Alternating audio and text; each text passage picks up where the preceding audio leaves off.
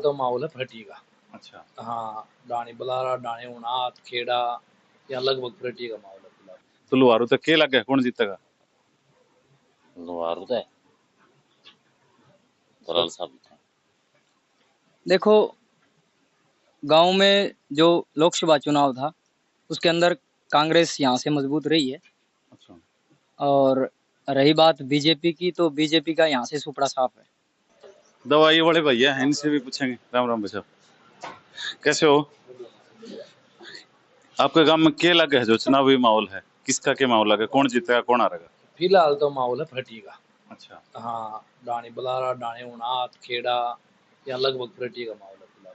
तो मतलब गांव में हमने सर्वे किया है, कुछ बराबर बता रहे हैं, कुछ गांव में कह रहे हैं कि विकास कार्य हुए, कुछ कह रहे हैं नहीं हुए। आपको क्या लगता है अभी गांव में कोई बदलाव हुआ है, कुछ काम हुए हैं? नहीं, काम तो हुए हैं, ऐसी बात नहीं है। काम तो रही सरकार में, इसमें कोई न्याय नहीं है। काम हुए हैं, इसमें कोई दुराई नहीं है। लेकिन सबसे बड़ी बात ये बदलाव दुनिया का होगा सर। अच्छा, हाँ, बदलाव ही प्रकृति का नियम है। बिल्कुल बिल्कुल। बदलाव सब पीछे भी हुआ है, आगे भी होगा वैसे बदलाव। ठीक है, फ्रटी ने अच्छे काम की, ऐसी बात नहीं यार। उसने बहुत सामाजिक कार्य करे हैं, ये बात नहीं है नहीं किए। बस लगाना है, ठीक है, अपने शादियों में कन्यादान राशि है वो देना है, और भी बहुत सारे काम क्योंकि है ये है ना, हॉट सीट बनी हुई है। यहाँ से जो जेपी दलाल जी है वो कृषि मंत्री रहे, वित्त मंत्री रहे, तो मतलब उनका एक पर्सनल निजी हल्का है ये। तो यहाँ से वो एक बड़े मार्जिन से अगर जीतते हैं तो सही है, नहीं तो मंत्री के जी खुद हल्के से अगर हार जाएंगे तो फिर बाकी जो लोग हैं उनका क्या होगा?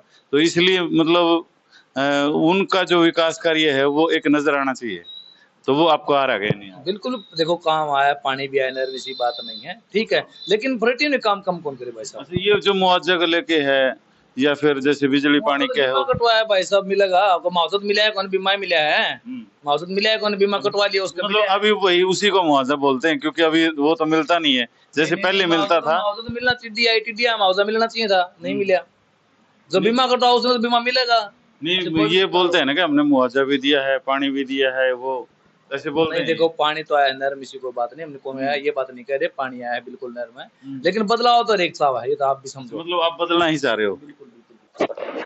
तो हमारे पीछे जो ये मिस्त्री लग रहे हैं, तो इनसे भी हम जानेंगे भाई जो राजनीति जो चर्चा जो चली हुई है उसके बारे में। तो पहले दिन पूछा है, हाँ भाई मिस्त्री जी, हाँ जी, क्या हाल है? बढ़िया।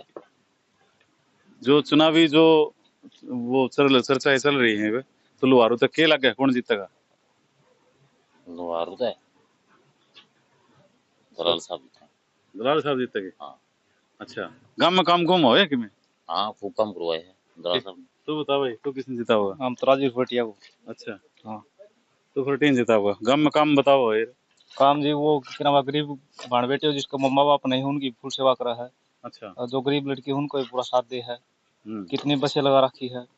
अच्छा। तो मतलब जो उनने काम कर रखे हैं, जो फिलहाल जो वो समाज सेवा कर रहे हैं, आप उससे संतुष्ट हो? हाँ जी। लगभग कितना मार्जिन मन है गांव में, कितना फर्क रहेगा? गाँव में जी बहुत ज्यादा वोट है जी। अच्छा, मतलब 40 ज्यादा होंगे एक दलाल साहब के? वैसे तो फ्रटिया ज्यादा आना चाहिए। अच्छा, तो उसका प्रशंसक जहाँ तो लगा था नहीं। हाँ, तो हमारे साथ में राजपाल अम्बेडकर जी एडवोकेट साहब, ये भी हमारे साथ हैं।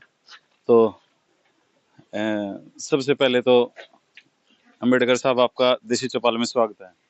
बहुत बहुत धन्यवाद आपका कि आप यहाँ आए और गांव का लोगों को जागरूक और उनकी राय लेने के लिए।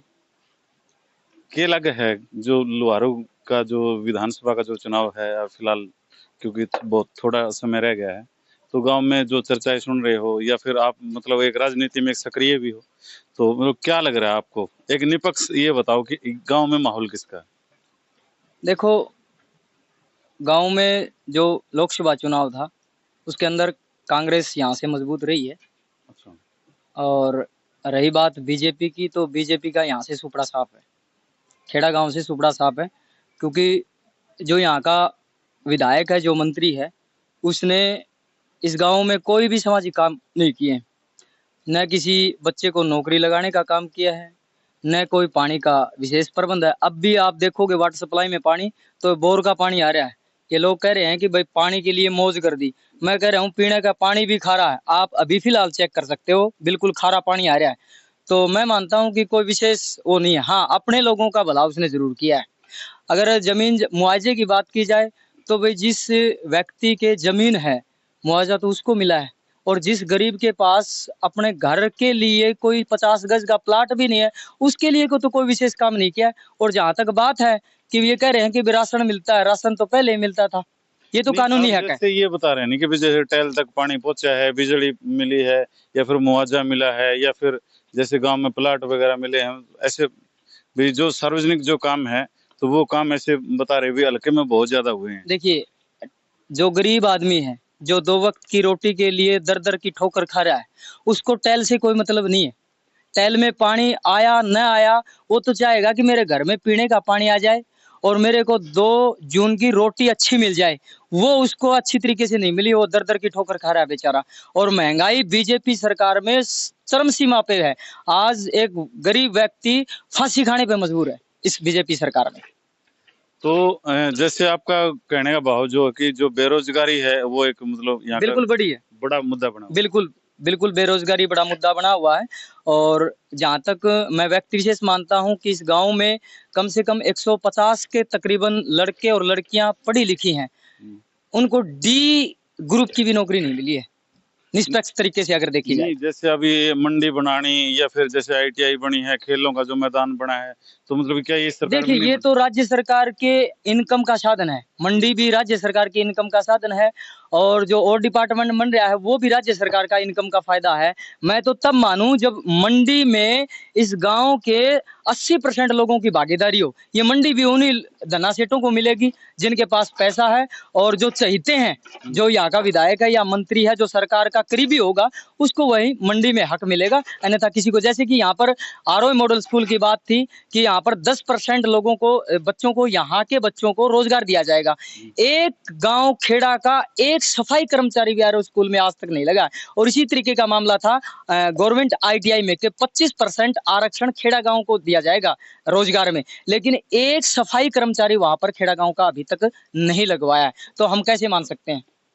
नहीं, फिलहाल आप जैसे अगर बड़ी फाइट में हम माने तो राजवीर फरटिया जी और JP दलाल जी जो यहाँ के मौके के जो मंत्री है। देखो, लोकसभा चुनाव को मद्देनजर देखा जाए तो यहाँ से राजवीर फरटिया अच्छे मार्जिन से निकल रहा है।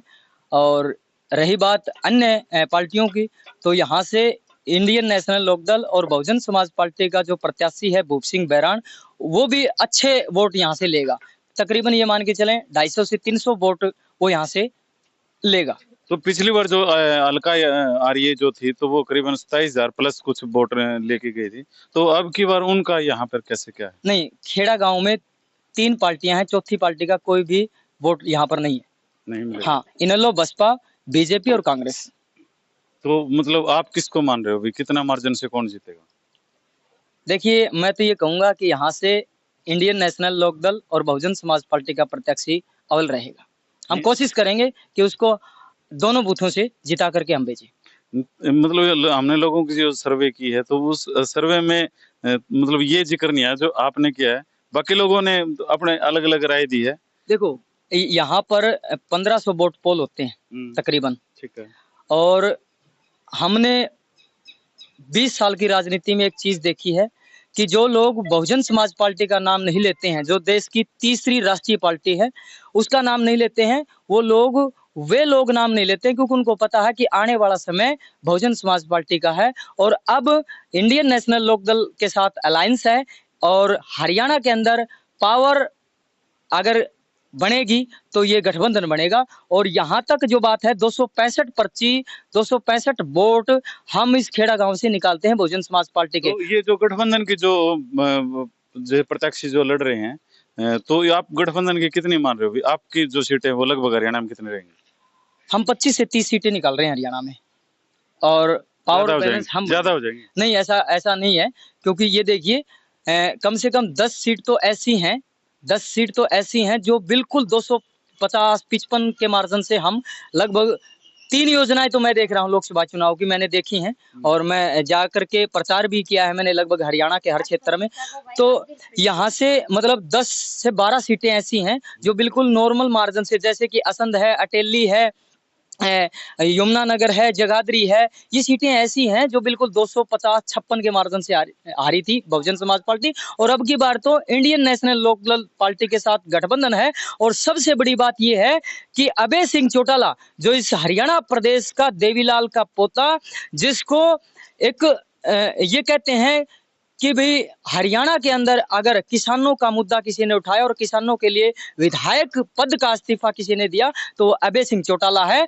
और अभय सिंह चौटाला को इस अलायंस गठबंधन ने मुख्यमंत्री चेहरा पेश किया है। और मैं मानता हूं कि आने वाला मुख्यमंत्री हरियाणा का चौधरी अभय सिंह चौटाला होगा। और हम हर दिन और रात मेहनत करके हम हर घर में जाते हैं। ये लोग तो हवाबाजी करते हैं, हम हर घर में जाकर के हमारी पार्टी की नीतियों को बताते हैं। और जो बहन कुमारी मायावती ने 4 साल उत्तर प्रदेश में मुख्यमंत्री के पद पर रहते हुए जो लोगों को सुख सुविधाएं, नौकरी, और जहां तक मैं बात कहूं 100 गज के प्लाट देने की बात नहीं की, माननीय बहन जी ने 3 एकड़ के जमीन दे करके उन लोगों को मालिकाना हक दिया है। इसलिए हम गाँव में हर घर में जाकर के ये बात रखते हैं। और सबसे ज्यादा मैं बात करूं कि इस खेड़ा गांव से हम इस गठबंधन के वोट निकालने के काम करेंगे।